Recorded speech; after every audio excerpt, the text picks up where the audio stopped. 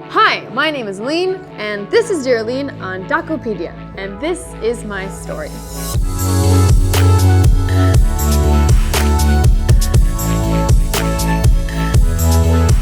So my parents divorced when I was 11, so my dad moved back to his home country of Israel, and my mom stayed in Los Angeles, and I chose to stay in Los Angeles.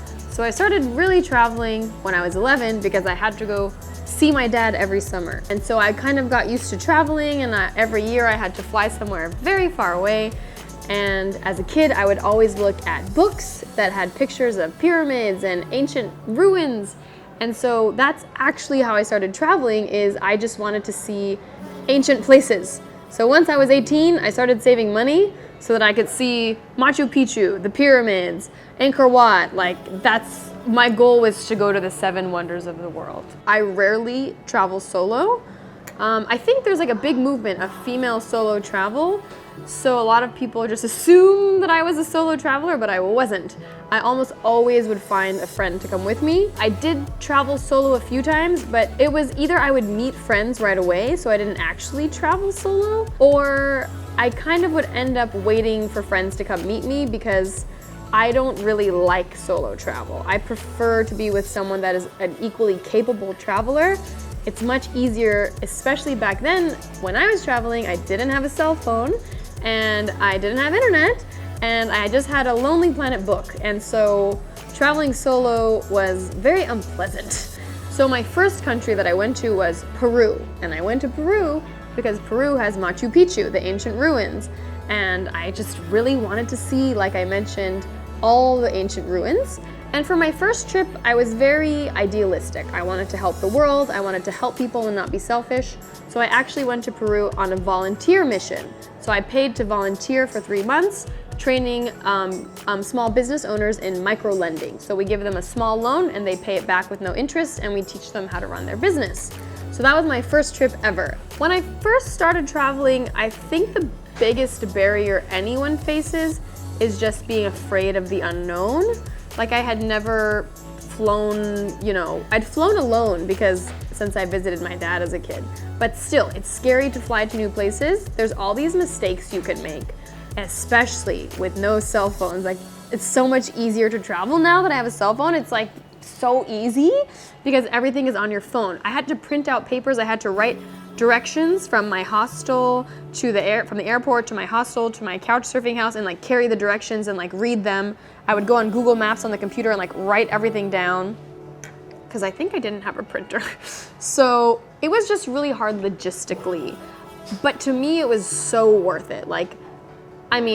Traveling on a budget is really, really exhausting sometimes. It's really fun, but I didn't take taxis. A taxi is $5 and walking is free, and I have a huge heavy backpack and it's really hot outside, but I would walk miles and miles and miles and miles to not spend $5. And that's why I was able to travel so much on a minimum wage income, is because I didn't spend my money on these things. So while that was my superpower, is not spending money, it was also really hard because when you're doing things that are cheaper, it is taking more of your time and it's more exhausting because when you pay, you're paying for convenience, and I refused to pay for convenience. So I was financially independent so that my parents have no control over my decisions. And that was something that was important for me, is that I'm choosing what I do and not someone else is controlling what I do. Being financially independent as early as you can will really help you get to do what you want and not have someone else giving input on your decisions. So how Dear Alyne actually started is I was scrolling Facebook and I wasn't happy with what I saw on Facebook. I was disappointed, and I was pointing my finger why don't these creators stop making bad, stupid content and just boring travel vlogs just about what they had for breakfast and how pretty the mountain is, and make something actually valuable.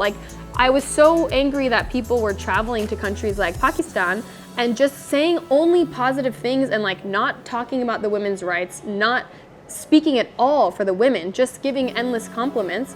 And I love Pakistan and I love these other countries. I love my own country, but my country has things that needs to improve, and that's why I made the pink tax video.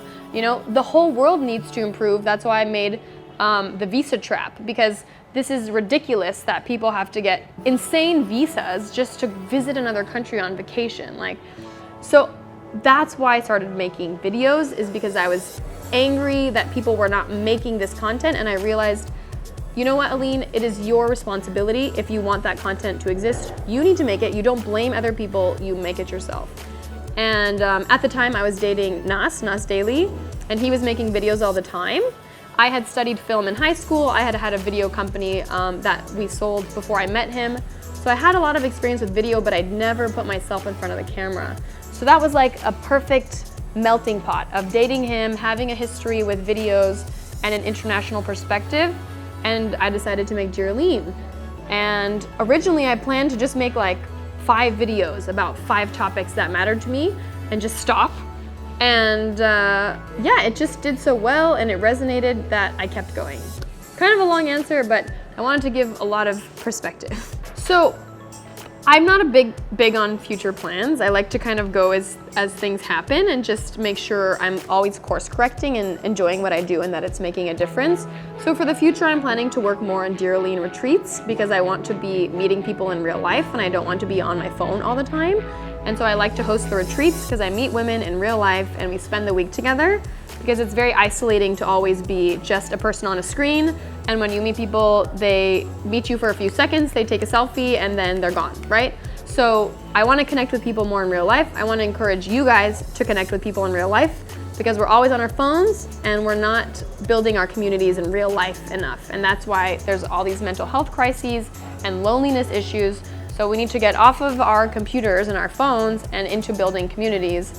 And so that's kind of what I want to focus on. Thoughts for people in the future, like final thoughts for people.